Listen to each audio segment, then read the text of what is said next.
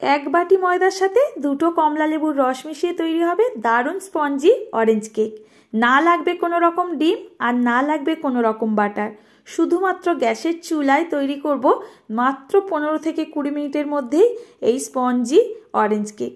নমস্কার বন্ধুরা, আমার নতুন একটা রেসিপিতে আবারও সবাইকে স্বাগত জানিয়ে শুরু করছি আমার আজকের রেসিপি। আশা করছি আজকের রেসিপি আপনাদের কাছে ভীষণ ভালো লাগবে। এখন যেহেতু শীতকাল, প্রচুর পরিমাণে কিন্তু বাজারে কমলা পাওয়া যাচ্ছে, আর এই কমলার সিজনে কমলা লেবুর কেক খাবো না এরকম হতেই পারে না। রান্নাঘরে থাকা সামান্য কয়েকটা উপকরণ দিয়ে এই স্পঞ্জি অরেঞ্জ কেক আপনারাও কিন্তু তৈরি করে নিতে পারবেন। যারা কখনোই বানাননি, একবার রেসিপি দেখলে যে কেউ বানাতে পারবেন। চলুন তাহলে দেখে নেওয়া যাক আজকের রেসিপি। প্রথমে আমরা যার মধ্যে কেকটাকে বেক করব সেই কেক টিনটাকে রেডি করে নিচ্ছি। এখানে রান্নাঘরের যে কোনো বাসনের মধ্যেই কিন্তু আপনারা এই কেকটা বেক করতে পারবেন।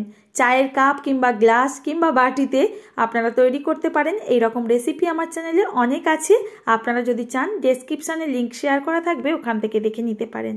আমি এখানে এই কেক টিনটার মধ্যে দেখুন একটু সাদা তেল লাগিয়ে নিলাম। এবারে একটা পেপার কেটে এভাবে দিয়ে ওপর থেকে আবারও একটু সাদা তেল লাগিয়ে রেখে দিচ্ছি। কেকের ব্যাটার তৈরির সাথে সাথেই মোল্ডে দিয়ে দেওয়ার জন্য আমি এই পাত্রটা আগেই রেডি করে নিচ্ছি। এখন অরেঞ্জ কেক তৈরির জন্য আমাদের লাগবে অরেঞ্জ, তাই আমি এখান থেকে দুটো অরেঞ্জ নিয়ে নিচ্ছি এই অরেঞ্জ কেকের জন্য। তো দেখুন একটা বোলের মধ্যে প্রথমেই আমি ময়দাটা চেলে নিচ্ছি। একটা ছোট্ট বাটি মাপ করে আজকে নিয়ে নিচ্ছি ময়দা। তো এক বাটি ময়দাতেই কিন্তু অনেক সুন্দর একটা কেক তৈরি হবে। এই ময়দাটা অবশ্যই করে চেলে তবেই ব্যবহার করবেন কেকের জন্য।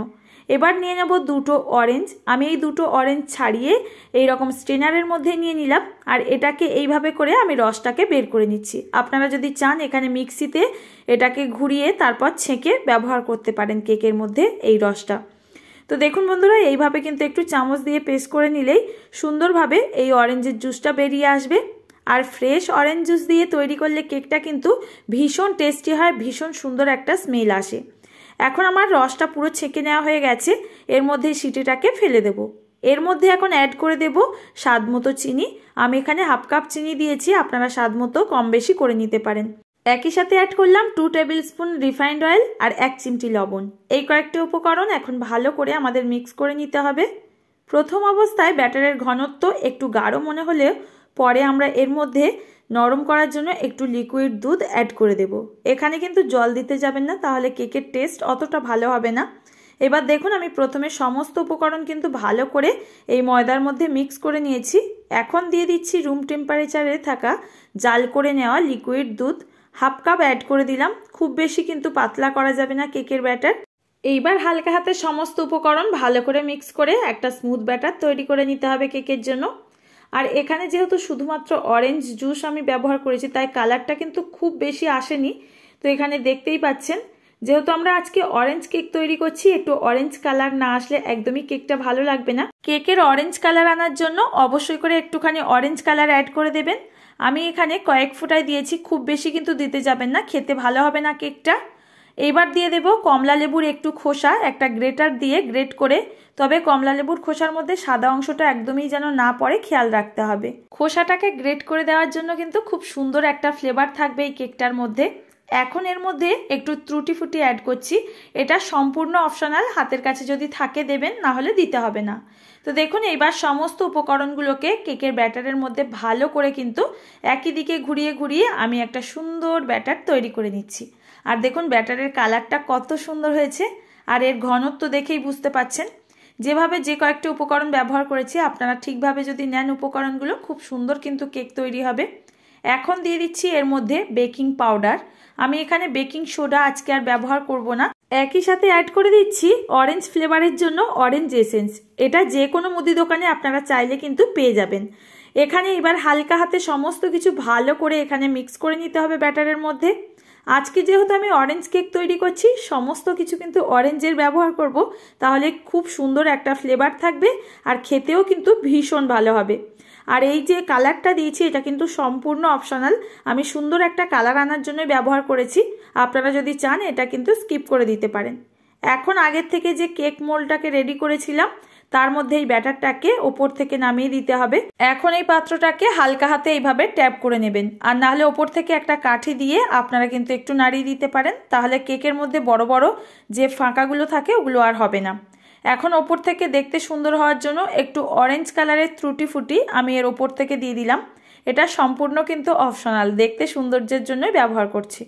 আগের থেকে একটা কড়াই ঢাকা বন্ধ করে আমি প্রিহিট করে নিয়েছি 5 মিনিটের জন্য। এখন একটা এরকম স্ট্যান্ড দিয়ে এর মধ্যে আমি কেকের ব্যাটারের পাত্রটাকে খুব সাবধানে বসিয়ে এটাকে 20 মিনিটের জন্য বেক করব। যেহেতু আমি ছোট সাইজের কেকটা তৈরি করছি তাই টাইমও কিন্তু অনেকটাই কম লাগবে। তো 20 মিনিট পর দেখুন আমি চেক করে নিচ্ছি একটা কাঠি মাঝখানে দিয়ে। কাঠিটা পুরোপুরি ক্লিন আসছে, মানে আমাদের কেক পুরোপুরি রেডি। এটাকে নামিয়ে আমি ঠান্ডা করে নিয়েছি, আর কত সুন্দর একটা অরেঞ্জ কালারের অরেঞ্জ ফ্লেভারের কেক একেবারে তৈরি হয়ে গেল।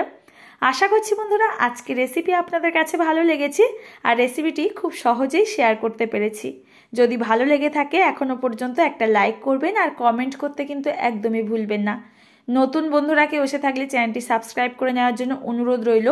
পাশে থাকা নোটিফিকেশান বেলের অল অপশানটা ক্লিক করবেন, সবার আগে এইরকম নোটিফিকেশান আপনার কাছে পৌঁছে যাবে। আজকের রেসিপি নতুন বন্ধুরা ফেসবুক পেজ থেকে দেখে থাকেন, অবশ্যই পেজটিকে ফলো করে নিতে পারেন।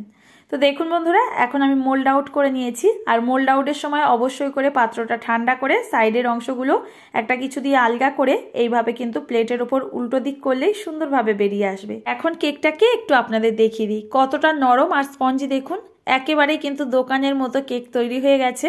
এখানে আপনারা কোনো রকম ডিম, কোনো রকম বাটার, এমনকি মাইক্রোওভেন ছাড়াও আপনারা তৈরি করে নিতে পারবেন। আজকের রেসিপি আশা করছি খুব সহজেই আপনাদের সাথে শেয়ার করতে পেরেছি।